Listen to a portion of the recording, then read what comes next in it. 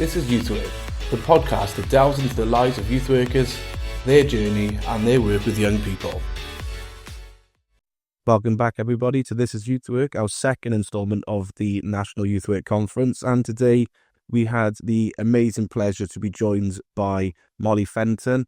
Some of you might know Molly from some of her campaigns from the Love You period. She also does work with the Brain Tumour Charity as well.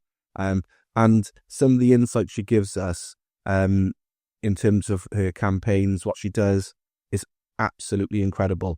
And you'll listen that some of the students that were with us, along with Molly, were just in awe of her. So I hope you enjoy it. She definitely is a youth work champion, and she definitely values youth work. So I hope you enjoy. Good work. And we're at the National Youth Work Conference, first one for 5 years. And for you guys, I guess it's been your first, is it? Yeah. First time, okay. And man, you planned the whole thing. Yes, so planned it. yeah. First time was Oh, well done. No, good effort, massive effort, fair play. honestly, Really good. honestly, I couldn't believe how massive it was when I looked in. And people, the amount of people and the different workshops you've set up and everything else. Food was nice. Food is nice. Food was good. Food was good. Yeah. Well, let's introduce ourselves. We'll start with Manon, because you've got a nice green top on. Yeah. That's cute.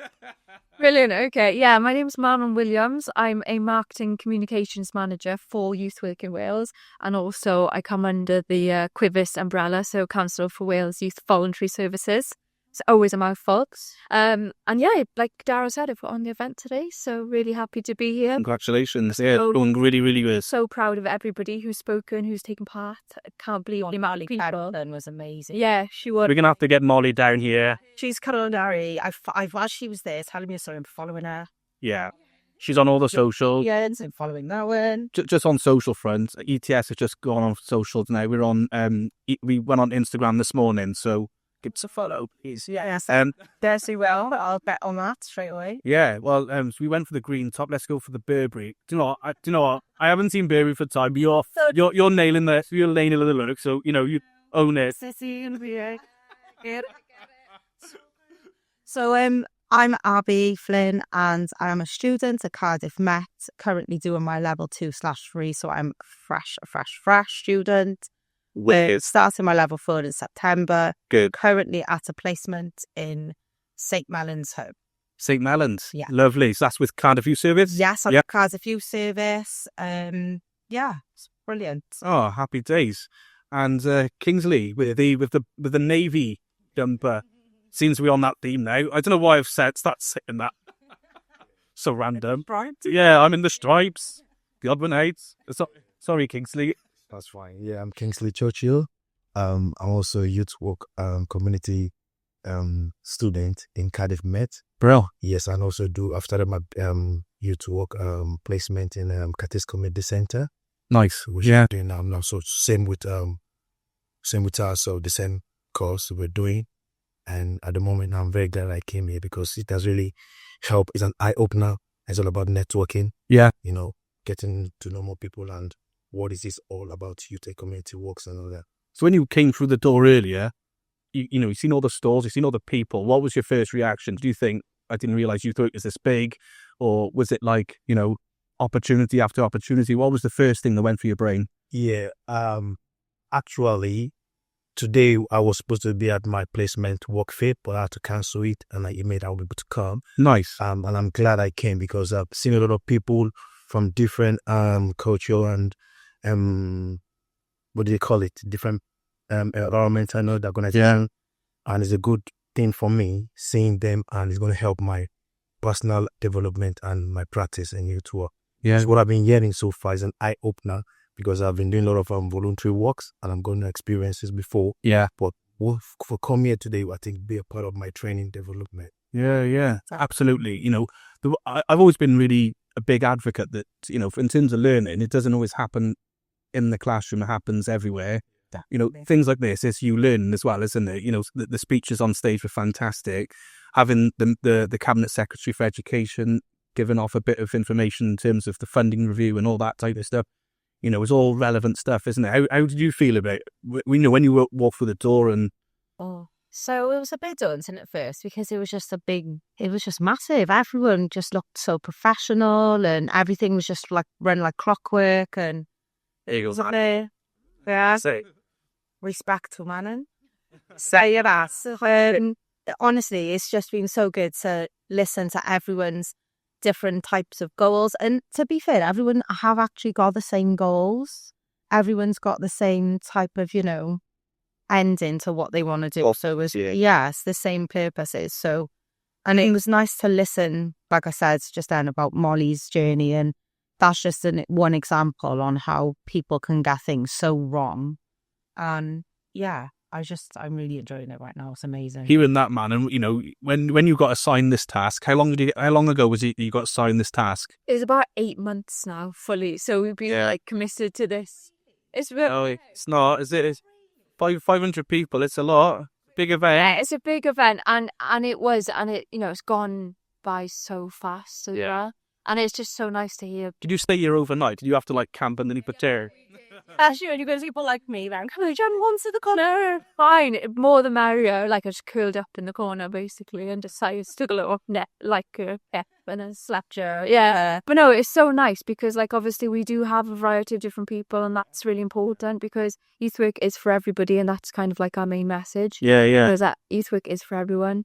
Whether you're a student, whether you're a young person, youth work already. Yeah. We've seen a lot of senior kind of strategic partners here as well today. So it really is nice to see a variety of different faces, put faces to names as well, because we all kind of find teams nowadays. 100%. Every now and then I hear the door go, I think someone's going to burst in, but they're more than welcome to. They're more than welcome. It's an open conversation. Who have we got?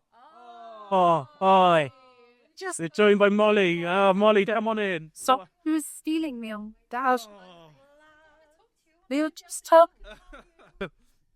Sorry, I hope we don't disappoint now. Yeah. We got a star here. We got a star here, yeah.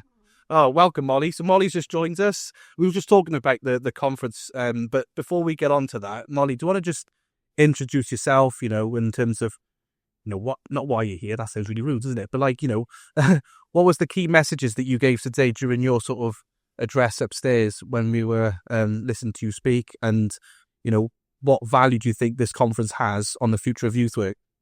Of course. So I'm Molly Fenton. I'm a young women's health activist. I'm 22 years old. I got very sick from the age of 16 due to being told I had a brain tumour. And I try and dismantle lots of stigmas and taboos around, it was women's health, but now actually it's everyone's health. Yeah. It's all to do with hormones, everything. So I'm here to try and talk about the importance of young people being involved in the conversations that are about young people. Yeah. So we know this is youth work. We've heard from young people that are involved in projects. I just decided to start my own. I didn't even know that's what youth work meant. I really? Did it. So. Did it? And that's kind of the story. So it's quite a unique perspective, but it's been very successful. And I think it's great that young people do have the power, and when they feel that they can do it, they can do it. People just need to believe in them sometimes. And is it about that sort of campaign sometimes, enable them to campaign if they've got something to say it, and, say it in a nice way, I suppose. And is that sort of your sort of, not your mission, but your goal, or? Most definitely. So as I said in my speech during the conference, we all have voices. I hear so much at any event I go to, we need to give young people a voice. And it's one of those things that when someone says something and it's makes my stomach go, oh, I don't like this. Because we have a voice. I have a voice. I'm using it right now. It's just not always safe to use it. So there are so many barriers when it comes to people's sometimes quite literal physical safety to using their voices. So instead of us trying to focus on giving young people a voice, if we shift our focus onto providing the safe spaces so that if people want to talk about what they care about or something that's happened to them, then they feel that they can. And I feel if we shift that focus a bit, then that may work. Yeah. And previously you done a TED talk, didn't you? And is that a safe space, do you think? So you opening up on a TED talk, you invited sort of a little bit of an entry into yourself and what you were doing. And I watched the whole thing and I thought it was really, really insightful and really good. I loved it. Do we want more young people to be doing things like TED Talks, to, engaging in conversation and, around those taboo subjects that sometimes people shy away from, but actually is really important to expose them sometimes? Absolutely. So I was lucky to do a talk with TEDx NHS around period stigma and the sexualization and some of those really tricky conversations that we don't want to think about and we don't want to talk about, but definitely do happen. Young people, I don't want to generalize, but I think we are a lot more open-minded. We are open to having conversations. There are conversations my sister and I have, and my mum's like, oh my gosh, how are you talking about that? Why are you talking about that? They get worse as we get older. Really important that there's that open dialogue, and she'll say something to me and I'll go, oh my gosh, that happened to me like 3 years ago and I've never told anyone, and I'm so embarrassed, and vice versa. So that just showed the importance of the conversation. So I think especially when it comes to these topics that are specifically around young people, we're talking about youth work. It's great to see young people here today, but I've been to events where there's, everyone's adults. And I mean, all your views are very, very valid. But if young people aren't involved in the movements happening now, then the work that's happening is going to die out. And it's going to be people like me starting from scratch again because we weren't included and you didn't teach us in the first place. And do you think that's the same as, and I'm going to open a massive can of worms here, or I'm going to do it, it's going to be, I'm going to have to pick up the mic and drop it on the ball. Do you think, it's the same with politics, because politics has a huge impact on a young person's lives, and in Wales it's completely different to central government. Do you think that's the same? So that's probably an open question, and I've really fully opened it right here. I want to hear what Amanda's got to say. I think politics is a very, very difficult one, and if I look on my perspective from health and politics have really weird crossovers. Putting it out there, I don't think that should be the case, but we know it is. And when it comes to campaigning around health, you are doing a massive political campaign, whether you like it or not. I think young people, we know young people want to be involved. We know that in Wales, we've now got the over 16 votes, which is fantastic, which we know that in England, they're still lobbying for. We have things like the Youth Parliament, the Youth Councils. Many, many young people want to be involved. And I think, as we've touched upon today with the misinformation and the disinformation, there are so many narratives across social media, and the media themselves, how do they run? By picking up some of these stories, making them seem a bit worse than they are, and checking them on the front of the newspaper, because that's how people are going to read their stuff. So it's very, very tricky. And as a young person, as we've said today, things like the climate crisis, politics, health, everything comes back to politics, and it can be a really scary time for everyone. But as a young person, it can feel extremely overwhelming when we're hearing these statistics, and realistically we know our parents may not be alive at that point, but that to us seems less scary than knowing that we are, and we are going to have children. And then they talk about the fertility rates, and so many people my age are like, well, why would we have kids when we can't afford to live ourselves? We don't want to bring them in this world. So I think they are all very much interlinked, and young people want to be involved, but I think at the moment, all the conversations I have are like, this is going to open another one as well. I'm going to. We just say cans here today. If you're going to look party wise, I don't know any young person that's like, who am I supposed to go for? Who am I supposed to be involved with? And educated when it comes to politics, like young people. So there's not much education around stuff like that either.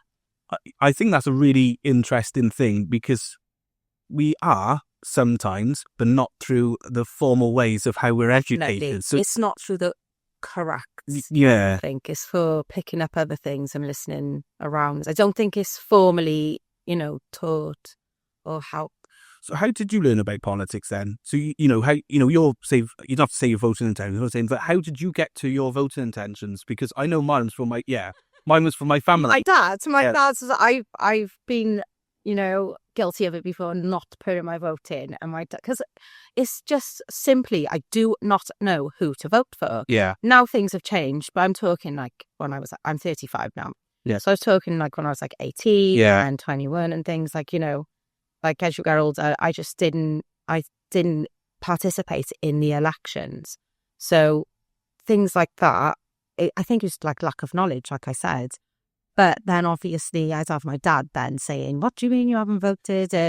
Getting his little 2 pence worth. But so, it's just, I just think like there's just a lack of education when it comes to politics. So I don't really think anyone really knows you know, it's only the people who are directly involved in it, like the youth parliament and, Yeah. you know, young people along those lines. Yeah. So, yeah, people outside of that don't really know. Do you think this should be more of a formal effort? I know at the moment we've got the curriculum for Wales, and a part of that should be around sort of political education. Do you think there should be more of an amplification in terms of, you know, having politics on the agenda in terms of what each party stands for and the voting processes Definitely. and what that means? What happens when you do your votes? You know, where do you go? What do you do? Exactly. You know, once you voted the party in, then what happens? You know, a lot of times I've always found that you don't know until you sort of done your vote, and then you sort of hear it back on the news and you think, okay, that's what's happening. Yeah. But as we know, sometimes news outlets aren't always appealing to young people. Like Ollie said, Yeah. well, they want you to see what they want to portray to us, and then they'll concentrate on what their message, what they want to give us is. Yeah. It might not always be the correct message, might not always be the, you know, the way that you want to do things, but I think it's shoved in your face with the media. I don't feel like it's correctly, you know, informative. I don't feel that way. Yeah. I think at the end of the day, it's, you know, when we're looking online and online articles and so many news outlets, you know, rely online, they're looking for clicks.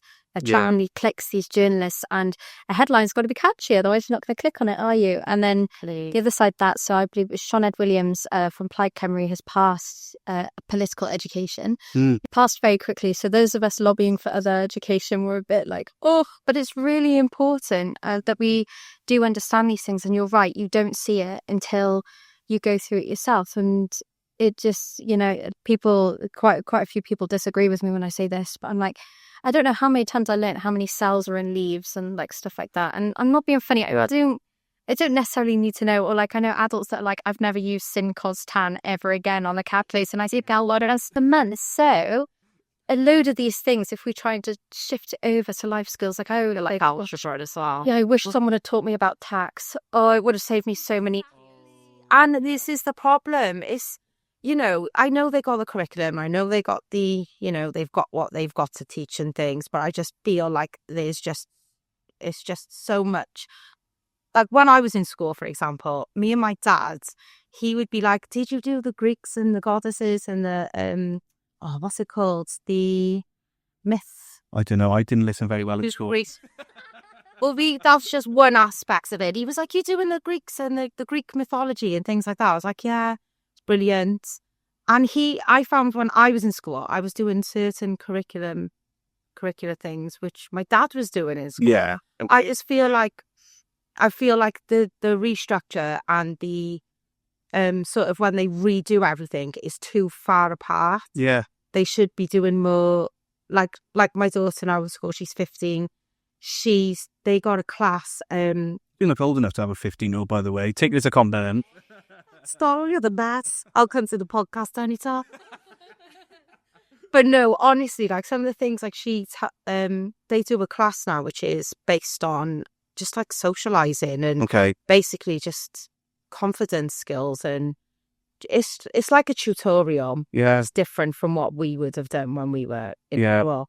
But it would be good if they could, like when I was in school, if they would like do classes on like, you know, like you said, Molly, taxes and, you know, how to pay bills and just life skills in general, which you need to survive. Because if you can't deal with that then has a knock-on effect of other things. Yes. So sort of bring it into youth work. What's the youth worker's role in that? Because it is quite a practical skill. And I often find sometimes youth work is the best placed for some subjects. Tax, I'm afraid, is fairly boring, isn't it? Definitely. Although we're paid for many of our jobs and all this and that, and what happens. That was just a boring example. That was. You're bloody right. On about, don't we? I often advocate that if more resource was plugged into youth work, you would have better conversations around maybe things like tax, but maybe more things like sexual health and, you know, political education. And sometimes I feel it's not the person who's doing it, it's how it's delivered as well. And one of the sort of values of youth work is around that sort of informal education. We don't have a power imbalance as much as possible. We try our best to be inclusive. And I understand with school teachers, and it's not a dig, they are very, very busy. They've got to hit targets. All their pupils need to pass their GCSEs, and if they don't, it reflects poorly on them. Yeah. And I understand how stressed teachers are. I would never want to go into that profession because I know how difficult that is. But in my view, they shouldn't have that added pressure. And I think more research should go into youth work to have those conversations with young people. But also, make it a bit lighter for them. Formal education happens traditionally from 8:30 to 3:00, and then they go home, and then they've got that time to themselves. Well, actually, youth work probably goes on till 10:00 at night. So that support can continue. So Kingsley, I'm conscious you haven't said much now, and I want to bring it back to you. Kingsley, you're not from Wales. We had a conversation before me. So where are you from, and how long ago did you come to Wales? Yeah, thank you. I'm from Nigeria. Nigeria. Yeah, so I've been in Wales for 2019. Okay. I came into the UK. Yeah. For a better life and safety and all that. Not for the weather. Diabetic for the weather. Yeah. For the cottages. So honestly, I'm very much happy to get involved in youth work. Yeah, because back home in Nigeria, I have passion in young people based on my experience back home, because I wasn't given the opportunities like when it comes to parental upbringing, and what they call youth work, whereby you have your giving a voice through. There's this word that says the youthful age is the useful age. Yeah, you know what I mean. So during my own time, the proper upbringing and mentorship to be to have a future and prospect of yourself and all that, I wasn't privy for all of that. Yeah. So I used to be a professional footballer, but there was but there was no like mentorship, putting you through to the right track and how you can get yourself into the system of achieving your potential. So this now make me to like have passion for young people, because the management, I was mismanaged and they were just wasting my time. Yeah. So coming to the UK, I've been doing a lot of voluntary works based on my experiences, encouraging the young people. Like back home in Nigeria, there's a club called Ajunwa Football Academy. Ajunwa is an ex-player in Nigeria. So he was planning to organize a team to help the young people in footballing. So I was part of the pioneer that he called to start up their program. Academy. Yeah, amazing. So far so good. The team is into existence now. I have some young players that are, through my influence, I bring them up as well. Then I apply that training different countries like in Spain, Oviedo of Spain, and other part of the country. So all of this I've been doing, and when I came into the UK, I started doing some voluntary works in Cardiff Community Centre, and OSS Cardiff, and all that. So I saw it online when it comes. I'm talking about. I saw something online on youth community works, free access calls. Yeah. So I was privileged to get myself involved, because that was where I discovered my purpose. Yeah. So I did the course and I passed. So I started the opportunity to as well to develop myself in youth work, because that is my passion. So in developing young people. So I've been doing it for over 6 to 7 years, without getting employed, but I've got the experience, but no official qualification. And that's why I get myself involved, and I get myself enrolled in youth and community work in Cardiff Met, and here am I today, and I'm glad it made me to discover purpose. Oh, dude. Yeah, in this youth conference, seeing a lot of people, different culture, lot of guest speaker, and the course. The message that's been passed is a plus, and is a plus and a value to what youth work is all about. Yeah, in my training and development. You're smashing it, and you're smashing it. Yeah, and please stay in the sector, both of you, all of you. Actually, please stay. We need people like you all. So we need the enthusiasm, the motivation. We're at a time where sometimes can be a bit glum. Just like the weather outside, shall we say? Yeah, it's This is pretty good for Wales. I'm gonna say, yeah, it's gone mild, so we should be thankful. Literally, yeah. Yeah, I came outside earlier and I was wearing a coat and I thought I'm not as cold as I was yesterday, so that's a positive. So try and look for all that silver lining, even though it can be quite I difficult. come back from Holland yesterday and I've got off the plane. I was like, this is weird. Usually you get off the plane and you're like freezing. You Yeah. get back from a nice country.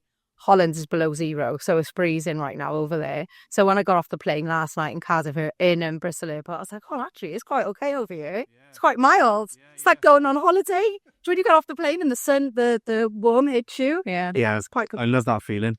We really mixed that in the class. Because What? we didn't see her in class. Although I asked for far, and Oh, yeah, I had Lovely. midday Tuesday. she's been a positive influence to the class. And Truant officer. Over. It's good for my emotional well-being. yeah. It needs to be for me. For up to days. Now, speaking of positivity, what's been the atmosphere like today? Going through the doors, you're seeing all the stores, all the people. What has been the atmosphere? Is it good? Is it positive?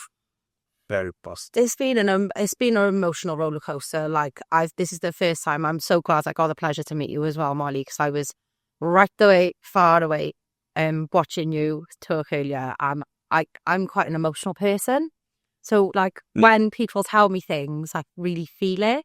But when you were on the stage and you were talking, I was sat there. Oh my gosh, so great. And then obviously when I came in then and spoke to Manon and Darryl, that's the first thing I said, wasn't it? Yeah, you did. And we sent someone out to go and get you, Molly. It's good. But it's really, really enlightening to see different people's reasons, and everyone's, like I said, everyone's got the same end purpose, but everyone's beginnings are all different and their reasons are all different, but we've all got the same end goal. Yeah. Empowerment and you know. Yeah. So yeah, I've really benefited coming today, and No, thank you for coming. thank you for having me. No, you're more than fine. Everyone's in one space as well, because I've met like odd people on and off, like in Llandudno for the Youth Excellence Awards, and then, at a random talk I did somewhere and then something somewhere else. And of course, Wales, when I do anything and I have, travel to London to do it, they're like, oh yes, well, Wales. I'm like, well, it's actually bigger than you think.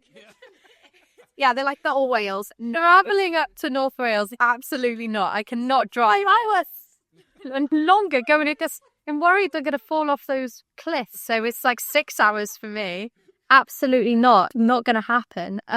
So you don't get the chance to see these people, and like so many people come out to me and was like, I'm so and so from LinkedIn, and so Debbie's put people's faces. Yeah. You feel like you know people, and it's really, really. I often get when people see me in person, you're shorter than I expected, and I think, yeah, Oh, and that's all for that. I have to agree. Yeah. Skating your heels. Yeah. I'm sure I'll kill him. Absolutely. Yeah. I'm not sure if I'll be able to walk in them though, but that's another story. Well, that would be a different workshop for a different day. Yeah, I've got very strong ankles, so. Hopefully. So that took a turn. It did. Talking about me in heels. Oh, brilliant.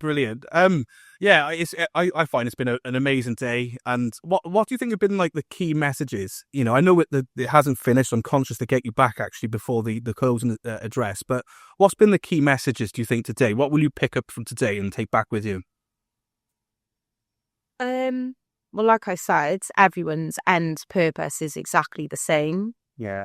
So that's nice to know everyone's, on the same path, even though we all join the path at different stages. The same goal, the same purpose. Exactly. So it's nice to know, like, you've probably heard me say in class a couple of times, oh my God, this is so repetitive. Yeah. Like, but I actually get why. Because each angle and each way you look at things, like I said, the end goal is the same purpose. Yeah. So the key thing I've taken away today is to just keep going, as repetitive as it is.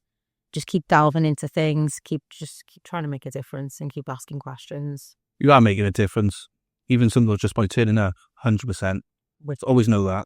Thank you. But yeah, what about you, Molly? My key thing, obviously, I could totally agree with that. And I've just got the photo up on my phone because I took a photo and I was like, I'm actually going to use this in my personal life.